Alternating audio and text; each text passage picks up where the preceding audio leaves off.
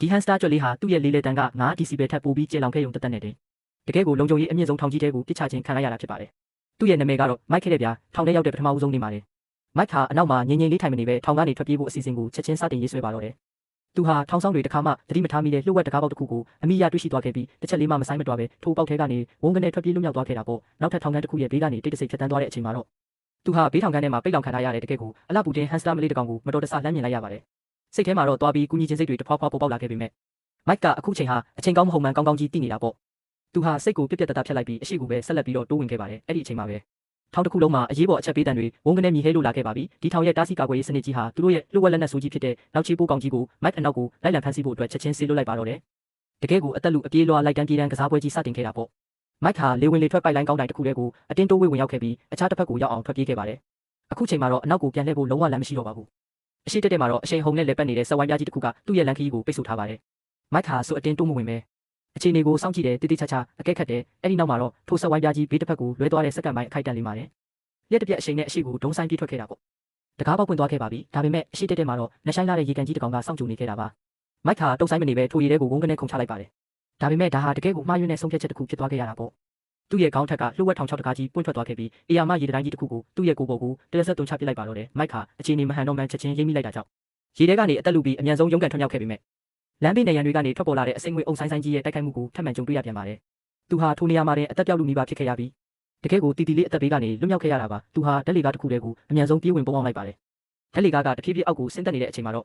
မိုက်ဟာအောက်ခြေမှာဘလို့အန်ရဲဆိုးကြီးပဲစောင့်ကြိုနေပါစေမဖြစ်မနေရေဆိုင်မဲ့ဆိုပြီးစိတ်ကိုဒုံဒုံချထားလိုက်တာပေါ့ဒါဟာဘလို့မှလွယ်ကူမှမဟုတ်မှန်းသူသိနေတာကိုသူဟာနောက်ထပ်အခန်းတစ်ခုတည်းကိုလမ်းဝင်လိုက်ပြီးပတ်ဝန်းကျင်ကိုဝေယမ်းကြည့်ရှုလိုက်တဲ့အခါမှာတော့လှုပ်ဝက်တကားပေါက်တစ်ခုကိုချက်ချင်းသတိပြုမိသွားခဲ့ပါတယ်သူဟာထိုတကားတွေကိုအမြန်ဆုံးရှူဝင်ခဲ့ပေမဲ့စိတ်မကောင်းစရာပဲအထက်မှာလေးလုံးအပိတ်ခန်းနောက်တစ်ခုတည်းကိုထပ်မံပိတ်မိသွားခဲ့ရပြန်ပါတယ်သူဘာလို့ရမှန်းမတွေးမိသေးခင်ပါတယ်မျက်နှာချက်ပေါ်ကအပေါက်3ပေါက်ကနေရေတွေဟာတဟုန်ထိုးစီးဆင်းလို့လာခဲ့ပါပြီမိုက်ခါမြာတကယ်ကိုပြပြတလဲနဲ့ထိတ်လန့်တုန်လှုပ်သွားခဲ့ရတာပေါ့သူဟာထွက်ပေါက်ရှာဖို့အတွက်နေရာအနှံ့ကိုအသေးအတန်ပြေးလွှားဆော့ကစားရင်းနဲ့ပဲတကယ်ကိုမတော်တဆဆိုသလိုမျိုးလှုပ်ဝက်တကားဖွင့်စနစ်ခလုတ်တစ်ခုကိုတွားရောက်နေမိသွားခဲ့ပါတယ်သူဟာအမောတောင်မဖြေနိုင်အားပဲအရှိကိုသာတောက်လျှောက်အားကုန်ယုံပြေးပါတော့တယ်တစ်ဖက်မှာလည်းစောစောကနောက်ချေးပိုးကောင်ကြီးဟာသူ့ရဲ့အနောက်ကနေတကောက်ကောက်မျက်ခြေမပြတ်လိုက်လံမဲလိုက်နေစေဖြစ်ပါတယ်မိုက်ဟာတအားလန့်ဖြတ်နေခဲ့တာကြောင့်အရှိမရှိနေတဲ့နောက်ထပ်ထောင်ချောက်တစ်ခုကိုလုံးဝသတိမထားမိပဲတန်တန်မက်မက်ကြီးဝင်တိုက်မိပါတော့တယ်နေရန်တွေထဲကနေအေယာမကြောက်တုံးကြီးတွေဝုန်းကနေထွက်ပေါ်လာတဲ့အချိန်မှာတော့မိုက်ကအခွင့်အရေးကိုလက်လွတ်မခံခဲ့ပါဘူးသူဟာအချိန်ကိုက်စနစ်ကိုတကယ်ကိုတိကျစွာတွက်ချက်ပြီ